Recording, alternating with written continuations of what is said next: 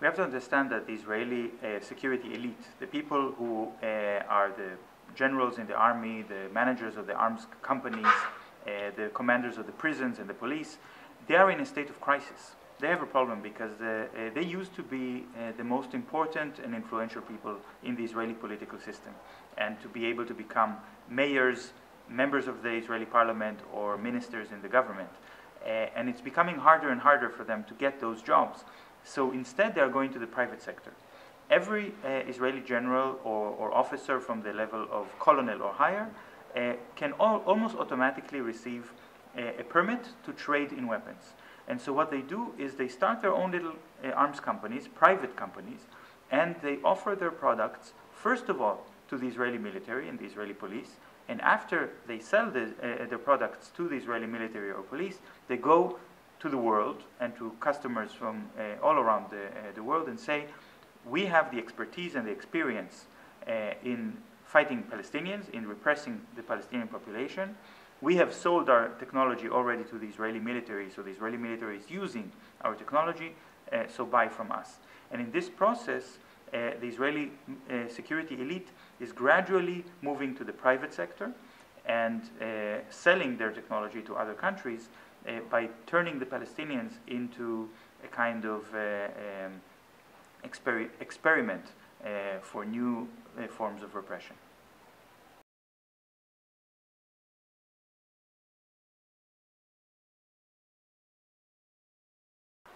The way that the Israeli arms dealers and security company managers talk about how they can export their security to France and to other countries focuses on the issue that they consider European countries to be too naive.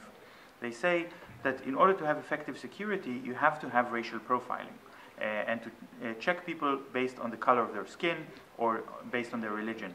And because when they try to promote this kind of practice in the European Union and also in France, they are told, well, this is illegal to do it in France.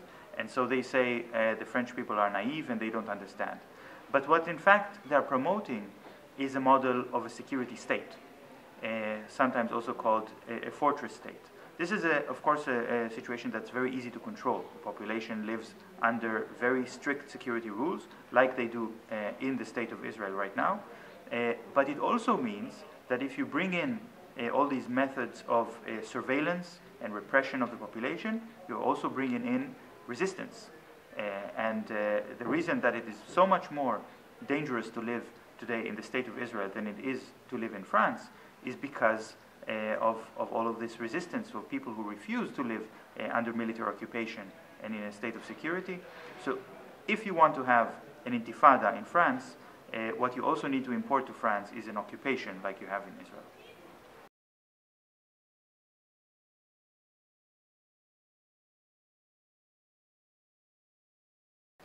What we see in the Great March of Return is very interesting. Palestinians have organized an unprecedented level of non-violent protest against the Israeli occupation and for the right of return of the refugees in a way that the Israelis have never faced before. But the Israeli arms companies, they were hoping to use this as an opportunity to sell their technology. For many decades, the Israeli arms technology companies were developing technologies for dispersing demonstrations or for targeted killing of people instead of without causing collateral damage, without killing people nearby. And this kind of precision weapons and this kind of non-lethal equipment for distributing demonstration are two different kinds of technologies that the Israeli arms industry is specializing in. But what we see very interesting is happening with the Great March of Return is that the Israeli soldiers on the ground refuse to use the non-lethal weapons.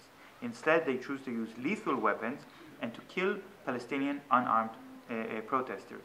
They know that if they do that, there will be no consequences. They will not be put on trial for refusing orders and for using a deadly weapon. And as a result of this, they're actually creating an advertisement not for Israeli weapons, but for US-made weapons, sniper rifles, which are produced by US companies. And this is something that is very frustrating for the Israeli arms companies they're not able to promote their own products. And of course, it has taken the lives of about 140 Palestinian protesters who were marching without weapons.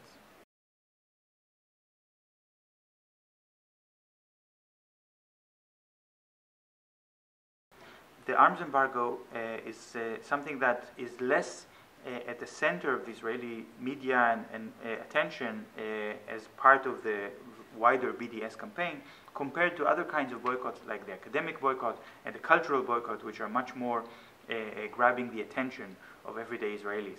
But the arms embargo is something that actually makes a lot of Israelis think about what kind of future the model of occupation and repression that they live in can have.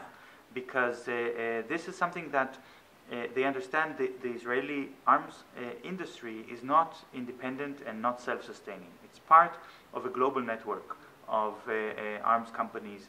Israeli companies are usually not producing full systems, entire products, but rather components that need to be embedded into other systems and weapons. And in 2014, when Israel was invading Gaza and killing over 2,000 Palestinians, President Obama of the United States did something very special or very rare when he decided to stop a shipment of Hellfire missiles to the Israeli army. These missiles were used to shoot from helicopters to buildings where civilians were living, and so Obama decided to stop the missiles. And of course, the Israeli army has other weapons. They could continue the attack on Gaza. But the fact that this decision was made caused a lot of concern. The Israeli general said the government has to formulate a new policy to make sure that the next time they want to attack Gaza, it will be coordinated with the United States so that this sort of thing will not happen. So we can see that even the smallest step of an arms embargo is causing a lot of debate in the Israeli military system.